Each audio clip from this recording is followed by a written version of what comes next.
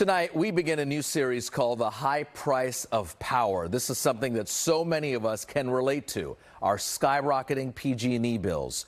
What's behind all these PG&E rate hikes? Here's NBC investigative reporter Jaxon Van Derbeken. Hawaii, the isolated island paradise where everything costs more, including power. Much of it comes from oil that has to be shipped in from as far as Libya and Argentina. The cost to generate it accounts for about half the average 41 cents per kilowatt hour price customers pay, according to the Federal Energy Information Administration. Hawaii has been held out as the entity with the highest rates in the United States. Mike Campbell tracks rates for the consumer watchdog arm of the California Public Utilities Commission. He says over the last 5 years, PG&E rates have doubled where it operates in California. After the rate hike in January, customers pay an average 39.6 cents per kilowatt hour, compared to 21 cents per kilowatt hour in 2019. To put it in perspective, an average customer uses about 500 kilowatt hours per month. 1 kilowatt hour is the amount of energy it takes to power 10 100-watt light bulbs for an hour. So the average customer who paid $100 for power back in 2019 now pays nearly twice that amount. Bills have been going up at a pace far beyond inflation. And we're at a place now where PG&E's rates are unfortunately approaching the levels of Hawaii. But with a network of dams, a nuclear plant, abundant solar, all tied to a multi-state power grid, Mike Campbell and other ratepayer watchdogs say our power should be much cheaper than Hawaii. So why do we now pay almost as much? PG&E rates are clearly insane right now.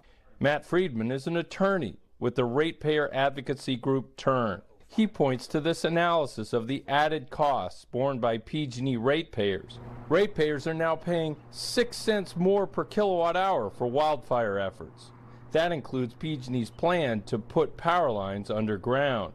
There's 6 cents more per kilowatt hour to subsidize rooftop solar, and 2 cents more per kilowatt hour for low-income subsidies. As low-income customers in PG&E service territory are really facing a crisis of affordability. We saw 180,000 customers disconnected for non-payment last year, and about a third of PG&E low-income customers are late in paying their bills right now. State regulators have proposed one way to make bills more affordable.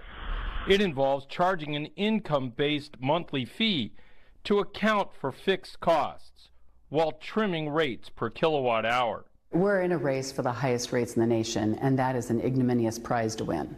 But critics like former CPUC President Loretta Lynch say many customers don't use enough power, even at a discount, to make up for the proposed standard $24 monthly fee. People who rent apartments, people who are in smaller units, people in urban areas where usually the footprint of the house is smaller are going to pay more, period.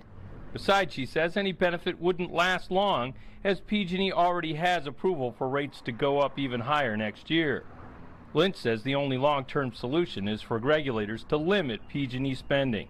I'm not as worried about being a Hawaiian becoming the most expensive state for electricity in the nation. I'm worried about it continuing for the next 5 to 10 years at this rate. PG&E says it knows the current structure isn't fair to low-income customers. It has sought a $75 monthly fixed fee, but with greater discounts. PG&E says any change will take time. And although PG&E says rates should go up about $50 per month this year to pay for burying 1,200 miles of lines and other wildfire investments, ratepayers may see some relief as soon as next year, thanks to cost cutting it's achieved, as it already has cut fire risk by 94%.